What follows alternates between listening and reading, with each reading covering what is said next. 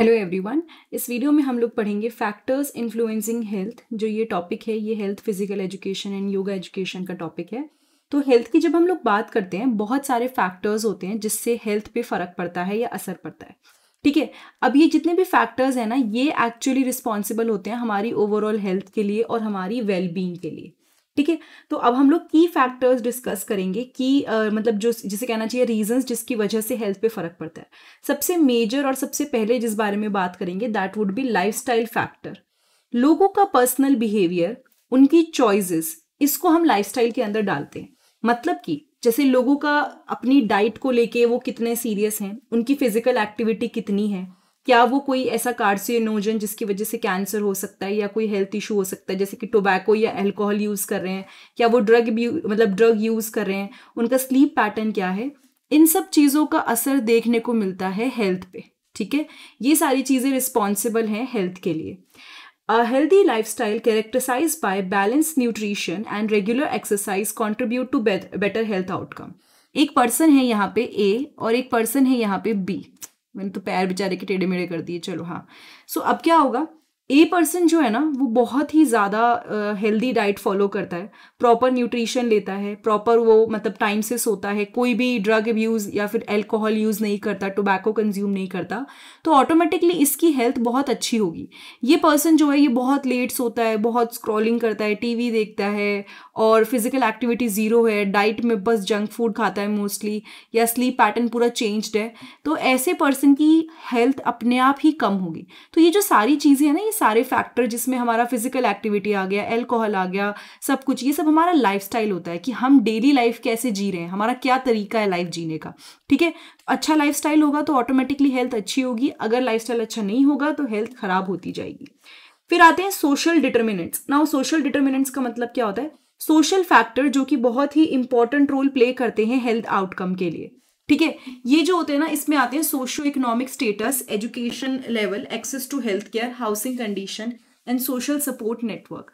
तो जब हम लोग सोशल फैक्टर्स की बात करते हैं ना तो इसमें कई चीज़ें होती हैं एंड सबसे one of the important cheese is कि हमारा एजुकेशन का लेवल क्या है, हमारा स्टेटस क्या है। जैसे सपोज कोई पर्सन है जो बहुत ही मतलब अगर मैं फाइनेंशियली बात करूं, वो जिसे कहना चाहिए सोशल सिस्टम में वो बहुत ही ऐसा है कि उसके पास खाने के लिए भी पैसा नहीं है, तो ऐसा पर्सन अपनी हेल्थ केयर पे, अपने अच्छे फूड पे पैसा नहीं लगा सकता है, तो ऑटोमेटिकली उसकी हेल्थ खराब होने के चांसेस ज़्यादा हैं। तो आपको एजुकेशन कितनी मिली है, एजुकेशन आपको कितनी है किसी चीज़ को लेके, क्योंकि जो लोग एजुकेटेड होते हैं ना वो ऑटोमेटिकली अवेयर होते हैं कि हमें हेल्थ का ध्यान रखना है। कई लोग सिर्फ इसलिए बीमार होते हैं उन्हें पता ही नहीं होता क्या सही है क्या गलत है। ठीक है। एजुकेटेड होते हैं, अगर सोशो इकोनॉमिक स्टेटस अच्छा है तो उनको हेल्थ केयर सर्विसेज भी आराम से मिल जाती हैं, उनकी हाउसिंग कंडीशन जहाँ वो रह रहे हैं बहुत साफ सुथरा होता है और सोशल सपोर्ट नेटवर्क भी उनका अच्छा होता है जो आसपास लोग होते हैं। सो इसलिए लिखा भी है सिंपल शब्दों में कि लोग जिनकी इनकम हाई है, जिनको बेटर एजुकेशन मिली है और जिनको क्वालिटी हेल्थ केयर मिला हुआ है, वो एक्सपीरियंस करते हैं बेटर हेल्थ। ठीक है। ये आपके सोशल डिटर्मिनेंट्स हुए, ये जो रिस्पॉन्सिबल है हमारी हेल्थ के लिए। ठीक है। इसमें कई सारे फैक्टर्स आ गए, आप माइंड मैप बना के भी इस क्वेश्चन का आंसर कर सकते हैं। जेनेटिक्स एंड बायोलॉजी बहुत इंपॉर्टेंट रोल प्ले करते हैं। कई बार क्या होता है ना, किसी एक फैमिली में पर्सन को कैंसर है तो उनकी आने वाली जनरेशन में ये चीज़ देखी जा सकती है। सेम डायबिटीज़ के साथ भी होता है, ऑल्दो अगर ध्यान रखा जाए तो अपने आप ही कम हो जाते हैं चांसेस, लेकिन ये जो चीज़ है ना कि किसी को कोई प्रॉब्लम है वो आगे आने वाली लाइफ तक दिखती है। मतलब कि किसी के सपोज फैमिली में एक जीन चल रहा है स्पेशली जो कैंसर के लिए रिस्पॉन्सिबल है, तो कभी ना कभी किसी ना किसी जनरेशन में वो प्रॉब्लम दिख जाएगी। So hereditary factors and individual genetic makeup, ये चीज़ें भी आपको किसी पर्टिकुलर डिजीजेज होने का सस्पेक्टेबल बना देती हैं। जैसे कुछ पर्टिकुलर जीन्स होते हैं जिनकी वजह से कैंसर हो सकता है। ठीक है। उसमें म्यूटेशन हो गई यानी चेंजेस आ गए जीन्स में, ये थोड़ा बायोलॉजिकल टर्म है, तो उसकी वजह से बीमारियां हो सकती है। तो जेनेटिक्स एंड बायोलॉजी का भी अपना इंपॉर्टेंट रोल होता है, किसी को भी पर्सन को डिजीजेज हो रही हैं उस सब के पीछे। Some health condition have a genetic predisposition and family history can be significant factor in disease risk। कई हेल्थ कंडीशन जो कि फैमिली में चलती आ रही हैं उसकी वजह से भी और बीमारियां हो सकती हैं। फिर है इन्वायरमेंटल फैक्टर, जो फिजिकल इन्वायरमेंट है जहाँ पे लोग रह रहे हैं, जहाँ पे वो काम करते हैं, उससे उनकी हेल्थ पे असर पड़ता है। ठीक है। अगर वो ऐसे गंदे इन्वायरमेंट में रह रहे हैं जहाँ पे एयर पोल्यूटेड है, पानी पोल्यूटेड है, लैंड पोल्यूटेड है, तो ऑटोमेटिकली चांसेस होंगे कि उनको बीमारियां ज़्यादा होंगी। ठीक है। कोई पर्सन, जैसे आपने पहले सुना होगा, पहले जो गाँव के लोग थे ना, अभी भी देखा जाता है, अब थोड़ा वहाँ पे भी पोल्यूशन हो गया, बट शहरों के कंपेरिजन में गाँव में लोग बड़े हेल्दी होते हैं। मतलब उन्हें ऐसे बहुत ज़्यादा दवाइयाँ भी नहीं लेनी पड़ती और अच्छा चल रहा होता है। क्यों? हर एक चीज़ प्योर होती है। प्योर मतलब दूध ले रहे हैं तो बिल्कुल ऐसा नहीं कि पेस्चराइज, या बहुत पेस्चराइज तो अच्छा टर्म है, बट मेरा पॉइंट है कि कुछ नहीं पता होता ना, किसी ने केमिकल ऐड कर दी हो, तो वो चीज़ें उनको एकदम प्योर अपनी आंखों के सामने निकाल के, पनीर, घी बिल्कुल ऐसा प्योर मिलता है, सब्जियां, हर एक चीज़, हवा वहाँ की साफ है, पानी साफ है, तो वो चीज़ें उनकी हेल्थ पे अच्छा असर डालती हैं। शहरों में अब होने लग क्या लग गया, पॉपुलेशन बढ़ रही है, तो ये सब चीज़ें बन तो रही हैं, लेकिन बहुत सारे केमिकल यूज़ हो रहे हैं, तो इन सब की वजह से ऑटोमेटिकली हेल्थ पे बहुत नेगेटिव इम्पैक्ट पड़ रहा है। So this include exposure to air and water pollution, availability of green spaces, access to healthy food option and exposure to toxin and hazardous substances। अगर कोई सपोज ऐसी फैक्ट्री में काम कर रहा है जहाँ पे hazardous gases, मतलब जहरीली पदार्थ, जहरीली गैसेज रिलीज हो रही हैं, तो वो पर्सन जल्दी बीमार होगा। जैसे आपने सुना होगा, जो मेकअप इंडस्ट्री में बच्चे काम करते हैं बहुत जल्दी बीमार हो जाते हैं, जो मतलब अलग अलग ऐसी इंडस्ट्री जहाँ पे जो ग्लिटर होता है या फिर उनके फ्यूम्स जो निकलते हैं, उससे वो लोग बीमार जल्दी हो सकते हैं। ठीक है। Health care access and quality की अगर मैं बात करूँ, आपको हेल्थ केयर कितना अच्छे से मिल रही है। कई लोगों के लिए बहुत ईजी है, वो आराम से जाते हैं, अपना चेकअप कराते हैं, हेल्थ केयर उनके हाथ में। कई लोगों के लिए नहीं पॉसिबल है। ठीक है। या तो ज्योग्राफिकल फैक्टर की वजह से उनके पास हेल्थ केयर नहीं है, या फिर फाइनेंशियल रीजंस की वजह से नहीं है। सो कितना आपका एक्सेस है, आप कितना हेल्थ केयर सर्विसेज ले पा रहे हो, इस पे भी बहुत सारी चीज़ें डिपेंडेंट होती हैं। ठीक है। Timely medical treatment, quality of health care received, इस सबसे बहुत फर्क पड़ता है, एंड ये हमारे हेल्थ के मतलब हेल्थ को अफेक्ट करता है। Adequate health care resources and facilities are essential for maintaining good health. अगर अच्छी रिसोर्स फैसिलिटीज मिलेंगी तो ऑटोमेटिकली गुड हेल्थ बनी रहेगी।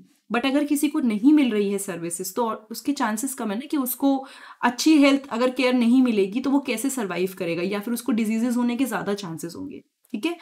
मेंटल हेल्थ से भी फर्क पड़ता है। देखो मैं आपको एक चीज़ बताती हूँ, ये बिल्कुल सच बात है कि मेंटल एंड फिजिकल हेल्थ आपस में रिलेटेड है। ठीक है।